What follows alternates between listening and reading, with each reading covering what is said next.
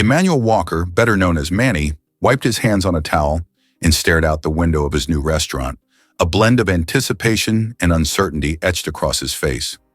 Wiped his hands on a towel and looked out the window of his new restaurant, the Ember Room. It was a modest space but held all his dreams. The wooden tables gleamed under the soft light, and the aroma of slow-cooked meats and freshly baked bread filled the air. Manny, a skilled black chef with a passion for creating meals that told stories, had worked hard to make this moment happen. He had dark skin, a short-textured hairstyle, and a neatly groomed full beard. His build was lean and fit, and he carried himself with confidence and friendliness. Moving to Redfield, a predominantly white town, had been a bold choice, but he believed his food could build bridges. "It's perfect, Manny," his sister Layla said, walking up beside him. She was his biggest supporter and had helped him turn this old, abandoned building into something beautiful. The menu was ready, the staff trained, and tonight was opening night. But as Manny admired the restaurant, his heart sank. Across the wide glass window, bright red paint spelled out hateful words, racial slurs aimed directly at him. The sight was jarring, a harsh reminder that not everyone in Redfield was ready to accept him or his dream. Layla gasped. "Who could do this?" "Manny, we have to call the police." Manny's hands clenched the towel. "What good will that do? They'll take a report, but it won't change anything." His voice was steady, but his mind raced with anger and disappointment. He stepped outside to assess the damage. Neighbors walked by, some averting their eyes, others whispering to each other. Manny felt the weight of their gazes, each one a reminder that he was an outsider here. "Don't let this stop you," Layla said, standing firm beside him. "You've worked too hard for this." Manny nodded. She was right. The hate scribbled on his window wasn't going to dictate his future. "I'll clean it up," he said, his voice firm. "The doors will still open tonight." The Ember Room's opening night was a mix of emotions. Manny's team worked tirelessly to serve the handful of customers who showed up. Most were from the small black community in Redfield. Friends and family who came to support Manny's dream despite the tension in the air. The food was flawless. Each dish was a piece of Manny's heart. Braised short ribs, seasoned with his grandmother's spice mix, buttery cornbread, baked to golden perfection, and sweet peach cobbler that melted on the tongue. Yet the room felt empty, and the hateful words on the window still lingered in Manny's mind, even though they were scrubbed away. Toward the end of the night, a man in a baseball cap approached Manny at the counter. "Food's good," he muttered, avoiding eye contact. Manny offered a polite smile. "Thank you. I hope you'll come back." The man nodded but didn't respond. He left a crumpled bill on the counter and walked out. It wasn't much, but it was a start. After the last customer left, Manny and his staff cleaned up in silence. The excitement he had felt that morning was replaced by exhaustion and doubt. Would the Ember Room survive in a town that seemed determined to see him fail? As he locked up for the night, Manny stood in the doorway and took a deep breath. The stars were bright above Redfield, a stark contrast to the darkness he felt around him. He wasn't naive. He knew this journey would be hard.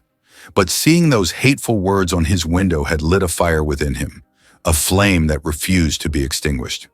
"We'll make it," he whispered to himself, one day at a time. And with that, Manny turned off the lights, leaving the Ember Room in darkness, but carrying the spark of determination home with him. The morning after the grand opening, Manny stood at the counter of the Ember Room, staring at the empty tables. The few customers from the previous night were a start, but the restaurant couldn't survive on such small numbers. He felt the sting of rejection as he overheard whispers from passers-by who seemed determined to ignore his presence in the town. By midday, a couple of regulars from the black community arrived. Mrs. Jenkins, a sweet elderly woman, ordered her favorite fried chicken and greens. She gave Manny an encouraging smile. "You're doing something good here, son. Don't let them scare you off." Manny nodded, her words offering a brief but needed boost. Yet the reality was clear. The white residents of Redfield were boycotting his business. Manny's determination wavered as he calculated the cost of keeping the doors open with so few customers. That evening, as he closed up, a knock at the door startled him. It was Joanne, a local activist and an outspoken advocate for equality. "Mind if I come in?" she asked. Manny opened the door, curious about her visit. "Of course. Can I get you anything?" Joanne shook her head and took a seat. "I heard about the vandalism and the boycott. I've seen this town's ugly side before. But Manny, you have a chance to do something powerful here. I just want to cook good food," Manny said, his voice tired. "And you can do that," Joanne replied. "But food can be a tool for change. You're bringing people together, even if they don't realize it yet. Let's find a way to make this restaurant a space for conversation and understanding." Joanne's words lingered in Manny's mind long after she left. He spent the night brainstorming ways to attract more customers and turn the Ember Room into more than just a restaurant. Maybe he could host events or create special menus to tell the stories behind his dishes. He wasn't sure how, but he knew he couldn't give up. The next day, Manny put up a sign outside the restaurant, "Cooking with History, a Taste of Resilience." He hoped it would spark curiosity and draw people in. As he prepared the day's meals, he felt a renewed sense of purpose. The Ember Room was more than a business. It was a platform to challenge prejudice and build bridges, one plate at a time. The Ember Room was quiet for most of the morning, with only a few customers trickling in. Manny had just started preparing lunch when the bell above the door jingled. He looked up and saw a man with a camera slung around his neck and a notebook in hand. The man's face was vaguely familiar, but it wasn't until he introduced himself that Manny realized who he was. "Alex Carter," the man said, extending a hand. "I'm a food blogger. Heard about this place from a friend and thought I'd check it out." Manny shook his hand, surprised but intrigued. "Welcome to the Ember Room. Can I get you a table?" Alex nodded, his eyes scanning the restaurant. "Looks great. I'm excited to see what you've got on the menu." Manny seated Alex at a table near the window and handed him a menu. He watched nervously as Alex examined it, scribbling notes in his notebook. When Alex finally placed his order, the braised short ribs with a side of collard greens and cornbread, Manny knew this meal had to be perfect. As the food cooked, Manny's staff worked quietly but efficiently. The kitchen buzzed with the sounds of chopping, sizzling, and the occasional burst of laughter from his sous chef, Marcus. Manny plated the dish himself, carefully arranging the food to look as appetizing as it tasted. When he brought the plate to Alex, he felt a mix of pride and anxiety. "Enjoy," Manny said, setting the dish down. Alex took a bite, his face unreadable at first. Then he nodded and smiled. "This is incredible," he said, pulling out his camera to snap a photo. "You've got something special here, Manny." Manny's shoulders relaxed, the tension melting away. "Thank you. That means a lot." After finishing his meal, Alex spent a few minutes chatting with Manny about his background and the inspiration behind the Ember Room. Manny spoke honestly about his journey, the challenges he faced, and his hopes for the restaurant. Alex listened intently, jotting down notes and asking thoughtful questions. By the time Alex left, Manny felt a flicker of hope. He didn't know what the blogger would write, but he was grateful for the opportunity to share his story. The next morning, Manny's phone buzzed with notifications. Alex's blog post had gone live, and it was glowing. "The Ember Room, a culinary gem in the heart of Redfield," the headline read.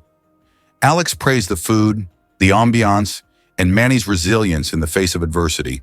The post quickly gained traction, shared by food enthusiasts and local residents alike. By lunchtime, the restaurant was busier than it had ever been. New faces filled the tables, many of them white residents who had previously ignored the Ember Room.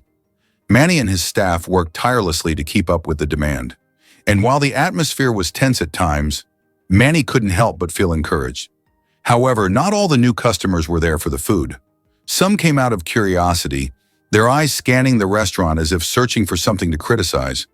Others made subtle but pointed comments, asking questions like, "Where did you learn to cook like this?" Or, "Did you really come up with these recipes on your own?" Manny responded with grace, but the macro-aggressions weighed on him. At the end of the day, as the last customer left, Manny sat at the counter and took a deep breath. The restaurant had seen more business in one day than it had in its entire opening week. It was a step forward, but the road ahead was still uncertain. "We're getting there," Manny said to Marcus as they cleaned up. "One plate at a time." Marcus nodded. "They'll come around. Just keep doing what you do best." Manny smiled, the flame of determination burning brighter than ever. The Ember Room was more than a restaurant. It was a beacon of hope, resilience, and the power of food to bring people together, even in the face of adversity. Manny stood in the small, cramped office in the back of the Ember Room, his fingers running lightly over the faded edges of a dusty old newspaper clipping. The article was yellowed with age, the print barely legible. It was tucked away in an old file that had been hidden behind a stack of receipts he had inherited from the previous owner, a man who had run a series of unsuccessful businesses before Manny had arrived. But this file wasn't about failed attempts. It was about something deeper, something that felt like a heavy weight pressing against his chest. The headline on the paper, now almost indistinguishable, read, "Racist Mob Burns Down Black-Owned Cafe in Redfield." The date beneath it, February 14th, 1965, caught Manny's eye. His breath hitched. He leaned in closer, his eyes scanning the blurry text. The story described how a local Black-owned cafe, the Ember Cafe, had been destroyed in an arson attack, the flames devouring the building and its contents. There were mentions of the growing racial tension in Redfield at the time, but the piece was short and the details were sparse. What struck Manny the most, though, was the lack of justice. No one was ever charged, and the perpetrators were never found. The cafe, which had served as a beacon of community and unity for the town's small Black population, was lost in the flames, and with it, a symbol of resilience. Manny sat back in his chair, the silence of the room pressing against his ears. His mind raced as he processed the information. The building he had just poured his heart and soul into, the restaurant that had become his dream, had once been the site of such violence. He had opened the Ember Room with hopes of bridging divides, of offering a space for healing through food. But now, with this revelation, Manny felt a deeper connection to the past. The ghosts of those who had suffered, those whose dreams had been stolen by hate, seemed to hover in the shadows of the very place where he had made his own stand. The town of Redfield had a history that was more than just the charming, picturesque streets it boasted today. Beneath the shiny veneer of progress, the deep-seated prejudices that had shaped the town's past lingered, hidden in plain sight. The fire that had destroyed the Ember Cafe was a testament to the town's unwillingness to embrace its Black residents, and Manny could feel the weight of that history pressing down on him now, more than ever. His fingers curled around the edges of the newspaper, crinkling it slightly. The fire had been an act of terror, an attempt to erase the presence of something that defied the narrative of racial superiority that many in Redfield clung to.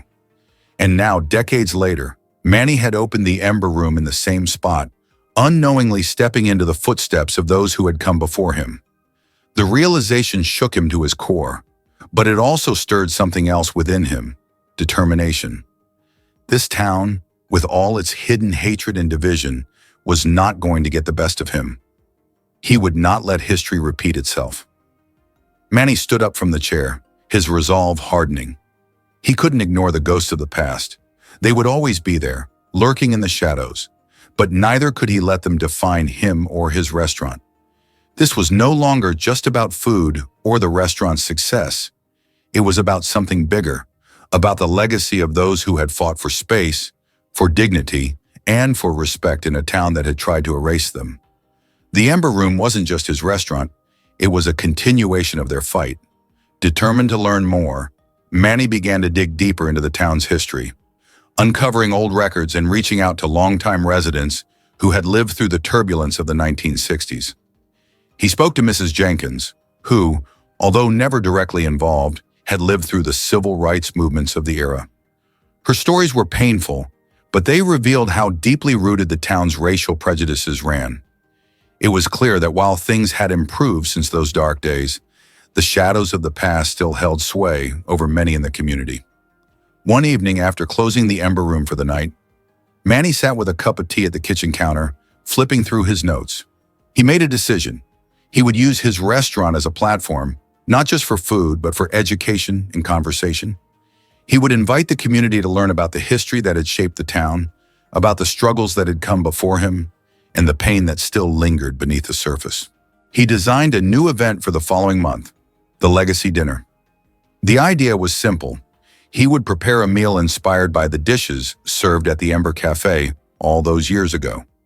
The evening would be part dinner, part history lesson, with local historians and activists invited to speak. Manny knew it wouldn't be easy, but he hoped that by acknowledging the past, he could bring people together, spark conversation, and create an opportunity for healing. As the day of the event approached, there were moments of doubt. Manny wondered if he was doing the right thing, if he was stirring up too much of the town's buried history. But every time he thought about it, he reminded himself of the lessons he had learned in his journey. The Ember Room had never been just about food. It had always been about connection. It was about building bridges, even when the weight of the past threatened to pull everything down. The night before the legacy dinner, as he stood in the empty restaurant, the flickering candlelight casting long shadows across the tables, Manny felt a strange sense of peace. The past and present had collided, and he was standing at the intersection, ready to face it head-on. He wasn't just serving food anymore. He was serving a history that had been denied, a story that needed to be told. And no matter how difficult the road ahead, he was ready to walk it. The Ember Room had always been a place of resilience, and now Manny understood it on a deeper level. It was more than just a restaurant. It was a flame that had been passed down through generations. A flame that could not be extinguished, no matter how hard others tried. Tomorrow, as the guests began to arrive, Manny would be ready to tell them the story that needed to be heard. The basement of the Ember Room was dank and cold, a forgotten space that Manny had avoided since he first moved in. It was cluttered with old boxes, broken furniture, and remnants of the past that seemed better left undisturbed. But as he went through the restaurant's regular cleaning routine, Manny found himself drawn to the basement one quiet afternoon. There was something about the space, an unexplained pull, as if it were asking him to dig deeper, to uncover something more. Perhaps it was because of the heavy history of the building, or maybe it was just his growing curiosity about what had come before him. Whatever the reason, Manny descended the narrow staircase and began sorting through the piles of discarded items. Among the mess of dusty crates and broken chairs, something caught his eye.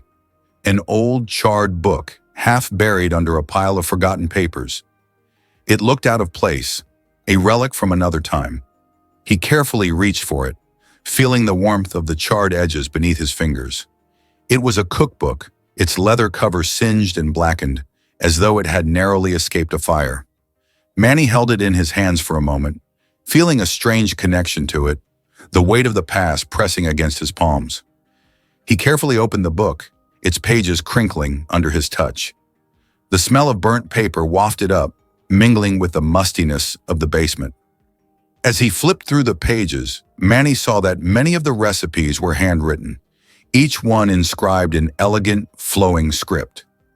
The recipes were simple but rich in flavor, the kinds of dishes that told a story of resilience, love, and culture. Dishes like gumbo, fried catfish, and cornbread, and collard greens. Staples of Southern Black cuisine that had been passed down through generations. But as he continued reading, Manny's heart skipped a beat. Some of the pages were almost completely burnt, the ink smeared, and the edges of the paper crumbled. It was clear that this book had been through something much more than time. It had been caught in the same fire that had destroyed the Ember Cafe. The recipes, along with the dreams of the cafe's original owner, had nearly been lost forever, burned away in the flames of hatred and fear. Manny sat down on the cold concrete floor, the book in his lap. He stared at the charred pages, his mind racing. The book's survival, despite the fire that had ravaged the cafe and taken so much from its owner, felt like a sign. The recipes within it weren't just about food. They were a testament to the strength of those who had come before him, the individuals who had used food to fight back against oppression and create community. Manny felt an overwhelming sense of gratitude and responsibility. These recipes weren't just a piece of history. They were a legacy, a voice that had been silenced for far too long. It was up to him to bring those voices back, to the resilience that had shaped them. With renewed determination, Manny spent the next few days carefully copying the legible recipes from the burnt book into a new notebook. He didn't want to lose a single one. Each dish, each ingredient, felt like a piece of the puzzle that would help him uncover the deeper story of the town he had come to love and challenge. He began to envision a menu that would celebrate the history of the Ember Cafe, using food not just to fill stomachs, but to educate and inspire. Manny decided to create a special event at the Ember Room, a dinner that would not only highlight the forgotten Black history of Redfield, but also the resilience of the people who had lived through its darkest days. He would prepare a menu inspired by the recipes from the burnt book, each dish telling a story of survival, of fighting back against injustice, of finding joy in the simplest of things. The evening would be called the Burnt Recipe Dinner, a tribute to the resilience of the Black community in Redfield, and a celebration of the flavors that had survived the flames of hatred. The menu would include dishes like smothered chicken with rice, hush puppies, and sweet potato pie, all recipes from the book, each one carefully crafted to capture the spirit of the original cafe. Manny felt the fire in his heart reignite as he worked on the menu. The Ember Room had always been about more than just food. It had always been about stories, about connecting people through shared experiences and histories. Now, with the discovery of the Burnt Recipe book, Manny had a chance to do something truly special, something that would honor the legacy of the past while also pushing the town of Redfield to confront its own history. He spent hours perfecting each dish, making sure the flavors were just right, just as the original owners had done years ago. As the event day approached, he felt a sense of nervous excitement. It wasn't just another dinner, it was a moment of reckoning for the town, a chance to sit at the table with the past and the present, to acknowledge the pain and the strength that had shaped Redfield.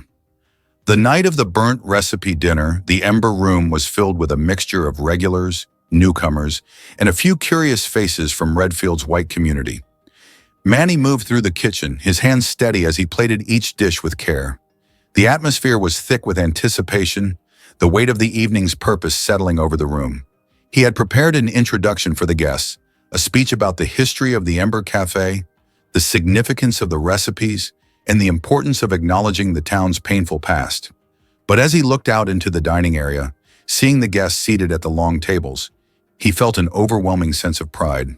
The food was more than just food. It was a bridge, a tool for healing, a way to connect with people beyond their differences. Manny watched as the guests took their first bites, their eyes lighting up in appreciation. It wasn't just the flavors they were savoring. It was the history, the culture, the resilience of a community that had long been forgotten. That night, as the last plates were cleared away and the guests left, Manny stood alone in the quiet restaurant.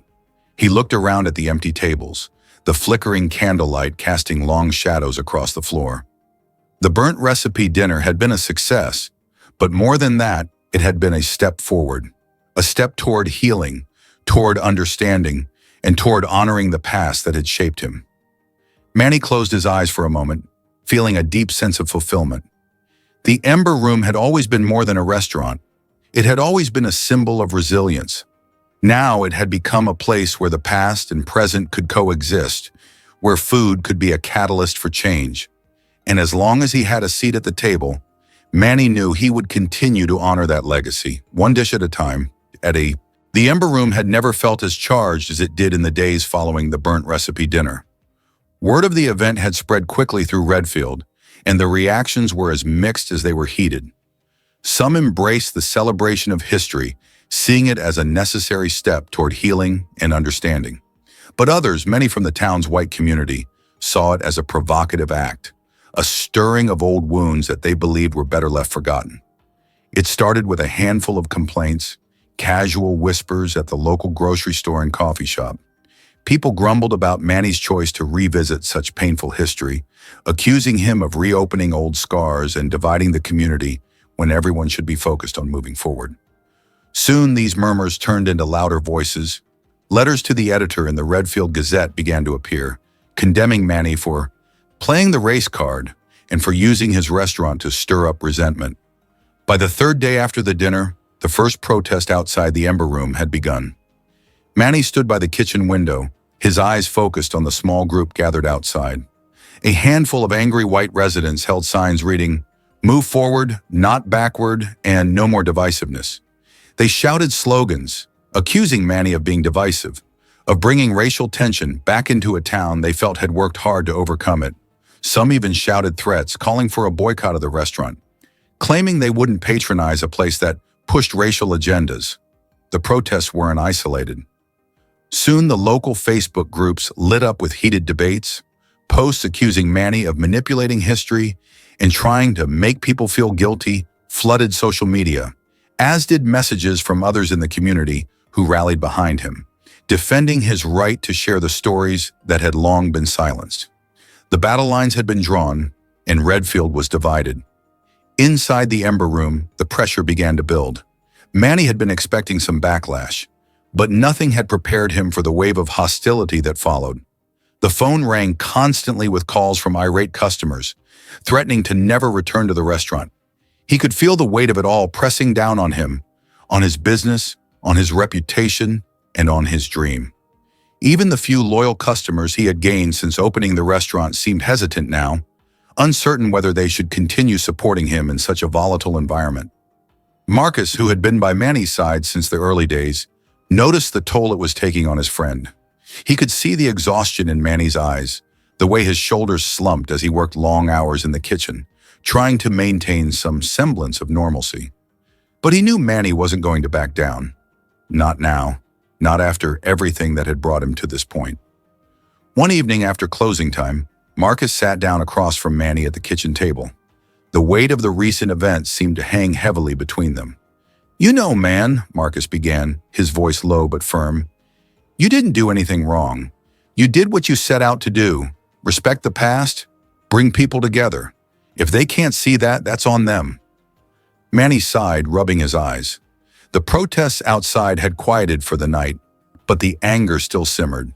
"I know, Marcus, but it feels like I'm just making things worse. People keep saying I'm stirring up trouble, that I'm making it harder for us to move forward." Marcus shook his head. "That's what they want you to believe. Those folks who are angry. They want you to think that talking about history, about pain, is divisive. But you know what? The only way to move forward is to face the past. You're not stirring up division. You're helping people see what's been buried. You're helping them face the truth." Manny leaned back in his chair, his mind spinning. He thought of the history of the Ember Room, the strength of the original owners, and the pain they had endured. He had opened this restaurant to build something positive, to give people a place where they could connect over good food and good conversation. But now it felt like he was caught in a tug-of-war, with his own community pulling in opposite directions. "What if they never get it?" Manny asked, his voice barely above a whisper. "What if all this is for nothing? I'm just one guy in a small town. How much of a difference can I really make?" Marcus's gaze softened, and he placed a hand on Manny's shoulder. "It's not about changing everyone's mind overnight. It's about doing what's right and staying true to who you are. You've already made a difference, Manny. Look at the people who showed up at that dinner. Look at the ones who are coming in now, who are willing to learn, to listen. That's who you're doing it for. And those people will remember what you did long after the protests die down." Manny sat in silence, his mind turning over Marcus's words. He had always believed in the power of food, in its ability to bring people together and bridge divides. But the weight of the conflict that had arisen over the past few days made him question whether he could really push through it all. The next morning, Manny stood in the restaurant, staring at the protesters outside as they resumed their chants. A familiar feeling of determination began to rise within him. They didn't understand, but he did. He wasn't doing this for their approval. He wasn't doing this to make things easy. He was doing it because the past couldn't stay buried any longer. People needed to hear the stories that had been forgotten, and he was the one who would make sure they did. He picked up the phone and dialed the number for a local activist group, the same group Joanne had been a part of when they had first talked about using the Ember Room as a platform for change. He knew he needed allies now more than ever. It was time to strengthen his resolve, to amplify his message, and to continue the work that he had started. As the afternoon wore on and the protests outside grew louder, Manny stood tall, his heart steady with purpose. The Ember Room was more than a business. It was his stand, his way of honoring the history that had shaped him and his community. He wasn't going to let it be silenced. Not now, not ever. He looked out the window once more, the angry faces outside only fueling his determination. He wasn't backing down. The battle had only just begun, and Manny Walker was ready to fight for the future, no matter how hard the road might be. "Let them shout," he whispered to himself, as the restaurant filled with the familiar sounds of sizzling pans and clinking silverware. "I'm not going anywhere." The morning light filtered through the windows of the Ember Room, casting a warm glow across the tables, but the tension from the past few days still hung in the air. The protests outside had become a regular occurrence, and the harsh words and divided opinions had started to feel like an insurmountable wall. Manny had spent the past week in a haze of exhaustion, trying to hold on to his vision while the world around him seemed to unravel. The weight of the community's divided response pressed heavily on his shoulders, but he refused to back down. Then one afternoon, the unexpected happened. Manny was in the kitchen, preparing ingredients for the evening's dinner service, when the door chimes rang softly. He looked up, expecting another regular customer, but instead he saw a woman standing in the doorway, middle-aged with long brown hair and a confident, composed manner. She stood there for a moment, looking around the restaurant before locking eyes with Manny. "Are you Emmanuel Walker?" she asked, her voice calm but firm. Manny wiped his hands on a towel, unsure of what to expect. "Yes, I am. How can I help you?" The woman hesitated, then stepped forward, offering her hand.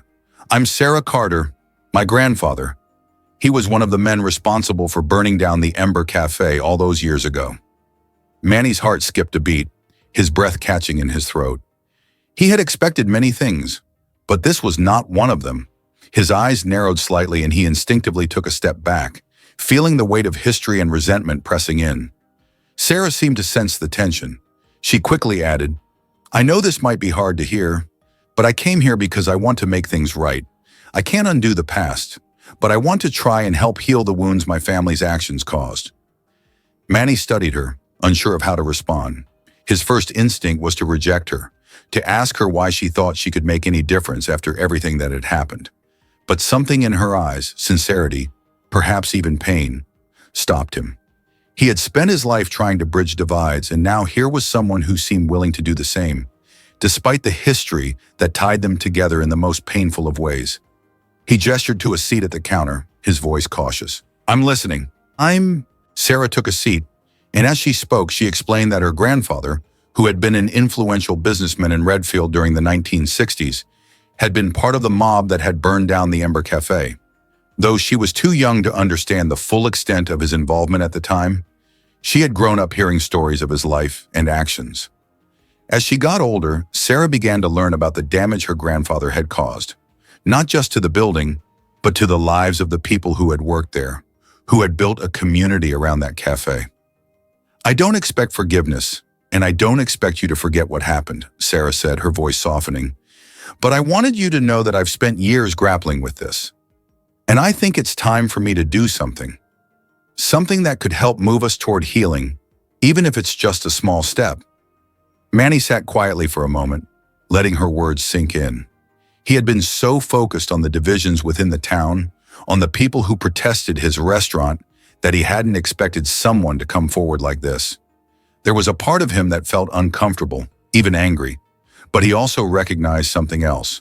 Sarah was acknowledging the past, owning up to her family's role in it, and seeking a way to change the narrative. "Why come to me?" Manny finally asked, his voice quieter now. "Why come to this restaurant? After everything, why now?" Sarah met his gaze. "Because I think the Ember Room is more than just a restaurant. I see what you're doing here, what you're trying to build. I know it's not easy, but you're showing people that food can be more than just a meal. It's a way to bring people together, to confront the difficult stuff that we've avoided for so long. I believe that if we're going to move forward as a town, we need to face the truth, and that starts with all of us. I want to help, however I can." Manny was taken aback by her honesty, by her willingness to face the past head-on. It was clear she understood the weight of what she was asking, but there was also a quiet strength in her words that resonated with him. Maybe, just maybe, this could be the beginning of something that could help the town heal, something that could bridge the gap between the past and the present. I'm not sure how this will play out, Manny said slowly. There are people in this town who are still angry, who can't see past the division. But if you're serious about helping, I won't turn you away. Sarah nodded. I want to help you organize something. A community dinner. A chance for everyone to come together and talk about the history of Redfield, about what happened with the Ember Cafe, and about where we go from here. Maybe it won't fix everything, but it's a start. A way to bring people into the same room and at least begin the conversation. Manny thought about it, his mind racing. It would be a risk. No doubt about that. The protests hadn't stopped, and the town's divisions were more apparent than ever. But something told him that this was the right thing to do. If Redfield was ever going to move forward, the uncomfortable truths needed to be spoken. The ghosts of the past couldn't remain hidden forever. We'll need to get some local leaders involved, Manny said, his tone now more resolute. Maybe we can get the activists, the historians, people who know the history better than I do. But we'll need to make sure everyone is welcome, even the ones who don't want to listen. Sarah agreed. We'll do it together. We can't change everyone's mind, but if we start by creating a space for understanding, that's something. Over the next few weeks, Manny and Sarah worked tirelessly to plan the dinner. They invited community leaders, local activists, and anyone who wanted to participate in the conversation. The event would be called Bridging the Past, and it would take place at the Ember Room, where the history of the building and the legacy of the Ember Cafe would be shared openly. The menu would feature dishes from the original cafe, the ones Manny had rediscovered from the burnt recipe book, along with stories of those who had been affected by the fire. When the night of Bridging the Past arrived, Manny stood at the front of the room, his heart pounding. The atmosphere was thick with anticipation. The tables were set, the food was prepared, and the space was filled with people, some familiar, some new. The protesters had stopped outside, but for the first time in days, Manny felt a glimmer of hope. This was the beginning of something that might just spark the change the town needed. Sarah stood beside him, and together they greeted the guests. The conversations would be difficult, raw, and emotional, but as Manny looked around the room, he knew that this was the start of healing, not just for him, but for Redfield as a whole. No matter what happened next, Manny knew one thing for sure. They were no longer just fighting against the past. They were beginning to build something new, something that could truly bring people together. And for the first time in a long while, he allowed himself to believe that it could work. The community dinner had been a turning point for Redfield. What started as a nervous gathering in the Ember Room soon turned into something much bigger. As the evening unfolded, people began to speak, some for the first time, about the deep-rooted issues the town had avoided for so long. The conversations were raw, emotional, and sometimes uncomfortable, but they were necessary. Manny stood at the front of the room, his heart pounding as he addressed the crowd. He had shared his truth, his struggles, and his pain, some of it more vulnerable than he had ever planned to be. I didn't choose to be here, you know, Manny said, his voice steady despite the emotions bubbling beneath. I didn't choose to open the Ember Room in a town that turned its back on me, but here I am. I could have gone somewhere else, maybe even made things easier for myself, but something kept pulling me back here. This town, it's broken, and it needs fixing. There was a heavy silence, and Manny could feel the weight of every word sinking into the room. He looked around, seeing the faces. Some softened with understanding, others still tense, unsure how to respond. One voice broke the quiet. "You've got guts, Manny," said Joanne, the local activist who had been a fierce supporter since day one. "Not many people would stay after everything you've been through." Manny nodded. "It's not about guts, Joanne. It's about the truth. This town needs to face its own truth." Joanne smiled, though her eyes betrayed a hint of sadness. "Yeah, it's high time." Throughout the dinner, people spoke, cautiously at first, but then with more confidence as the hours went on. Mrs. Jenkins, an elderly woman from the local Black community, stood up next, her voice trembling slightly but strong. "I've lived here longer than most of you. I've seen it all," she began. "The good, the bad, and the ugly. But I'll tell you this. What Manny is doing, it's more than just food. It's a call for us all to look in the mirror." We've been avoiding each other for too long." The room was quiet as Mrs. Jenkins spoke, and Manny could feel the change stirring in the air. After so many years of silence, people were finally starting to confront what had been buried. When the dinner finally ended, Manny lingered by the door, watching the guests leave. Some had stayed long after the meal was over, talking with one another, asking questions. Others left quickly, perhaps too overwhelmed to process everything they had heard. But as they filed out into the night, Manny couldn't shake the feeling that something had shifted. In the weeks that followed, the Unity table became a regular event. The first one was small, mostly the same faces, a few hesitant newcomers.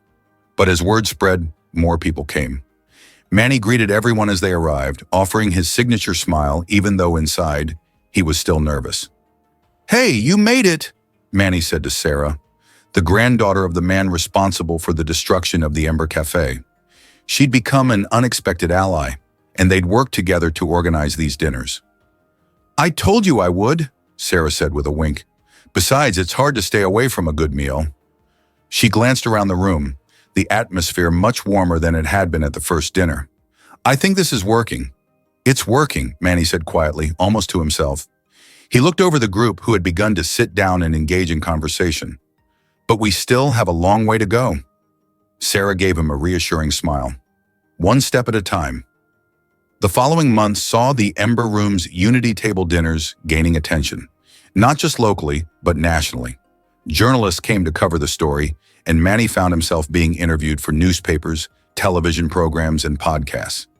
His journey from a new chef in a hostile town to a symbol of resilience and change was now a nationwide narrative. But with the increased visibility came something Manny had feared: backlash. Late one evening, as he was locking up, he noticed a piece of paper taped to the door. He unfolded it, his hands tightening as he read the hateful words scrawled across it. "Keep stirring the pot, Manny. You won't be around for long." Manny's stomach dropped.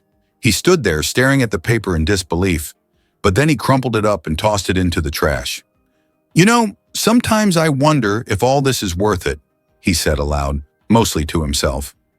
Marcus, who'd been working in the kitchen, came up behind him.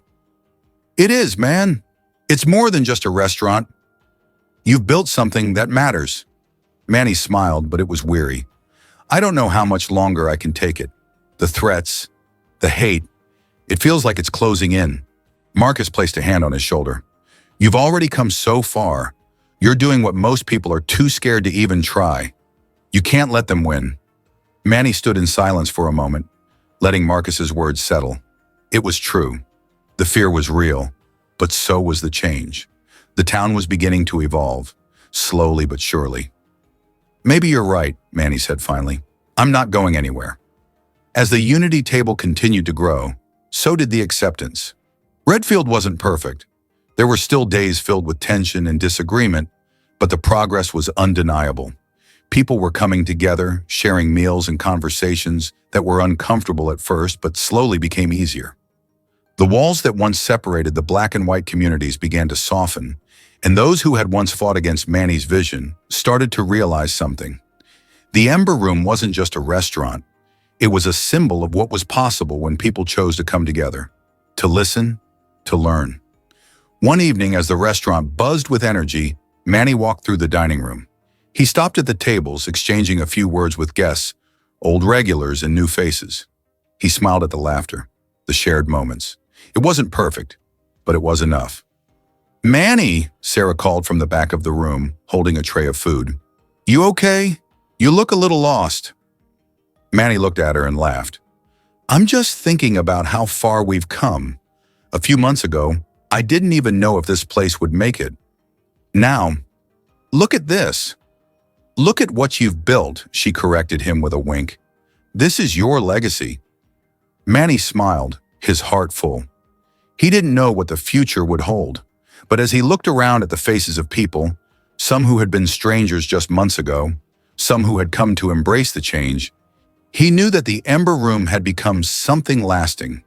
It wasn't just about food anymore. It was about connection, about healing, and about moving forward together. The fire he had started was still burning. It was a flame that couldn't be extinguished, a legacy of unity that would endure long after the last plate was cleared from the table. And as long as Manny had a seat at the table, he knew the fire would never go out.